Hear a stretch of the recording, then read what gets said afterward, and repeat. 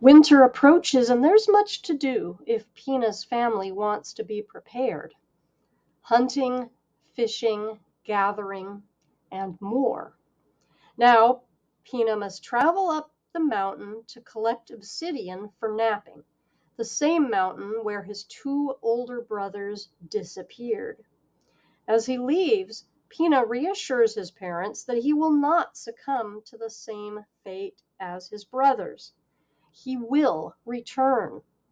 But when he reaches the mountaintop, he is confronted by a terrifying eagle god named Savik, who gives the boy a choice: follow me or die like your brothers. What follows is a harrowing journey to the home of the eagle gods, where Pina faces unexpected trials that teach him lessons on the natural world, the past that shapes us, and the community that binds us. Here is a preview of Eagle Drums by Nasuġraq, Rainey, Hopson. Sweat trickled down his back. He ignored it. A mosquito hummed in his ear. He ignored that, too. His body ached from being still so long. His feet were going numb again. Slowly, Pina flexed his toes to get the blood flowing.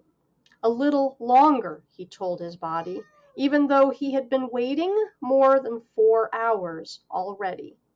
His heavy-lidded eyes gazed straight ahead, focused on the movement of grass, the shifting of wind.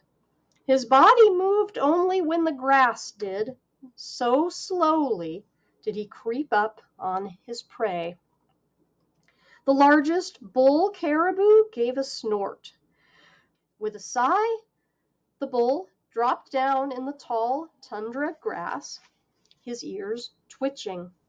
Several other caribou took the bull's signal and settled down, relaxing their guard.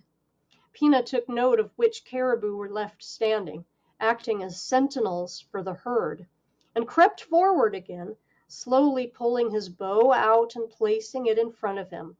It had taken most of the day to get this close. He was determined not to let this chance slip away. With a practiced movement, the boy knocked an arrow in his bow, pulled back, and released. It was timed swift and sure with the exhalation of the largest bull. The arrow struck the bull with a soft thump. Quietly, as though falling into sleep, the great antlered head lowered itself to the tundra. The bull made no other sound and lay still. Methodically, the boy shot the other resting caribou, one after the other, with the same silent, deadly accuracy. When the last sitting caribou died, it let out a soft, mewling noise, alerting the herd. Nervously, the others hurried away. The boy straightened from his crouch and stood, stretching his cramped muscles. He walked over to the largest bull and ran his hands slowly over the tips of the antlers. They were almost as tall as the boy. A quiet smile softened his face. Carefully, the boy set the bull's head so it faced the boy's home to the west. He bent down and whispered in the bull's velvet ear, telling the bull how to find him. He opened the bull's still warm mouth and placed a pinch of lichen on the tongue. Then he took his sharpest obsidian knife and severed the third vertebra, releasing the bull's earthbound spirit to be born again. He did this for each of the fallen caribou.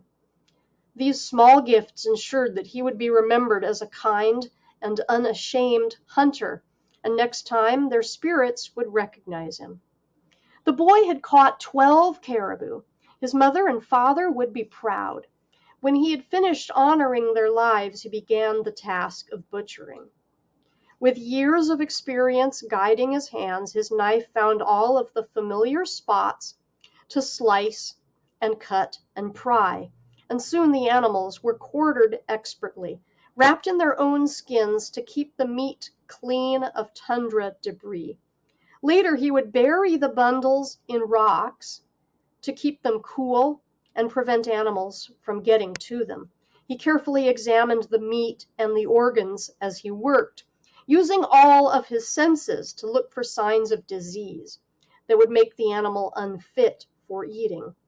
One animal showed signs of having been attacked by a bear recently, and a couple of the wounds were not healing right. He could see the sickness spreading from the wound into other parts of the animal. He set that one to the side, making sure it did not touch the others. It would be fed to the dogs, so it would not go to waste. The meat would not hurt the dogs, as their stomachs were much more robust. The layer of fat on the largest bull's back was a finger length deep, showing how healthy and well fed the animals were. Pina could measure the season and age of the animal by the width of the fat and where it accumulated on the body. He could see how time manipulated the bodies of the caribou, like the length of daylight. Every animal was bound by these changes in their bodies as the moons turned and seasons passed.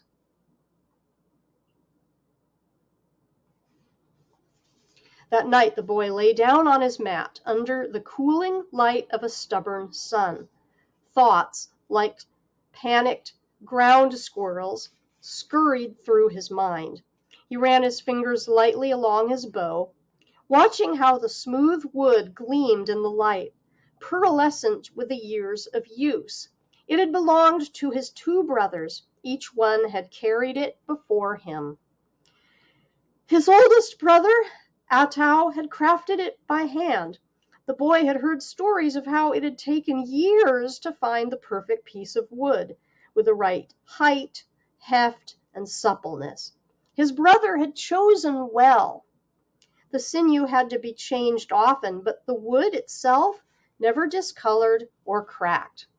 When Atau had disappeared long ago into the mountains, all that his parents found was his bow. And this has been a preview of Eagle Drums.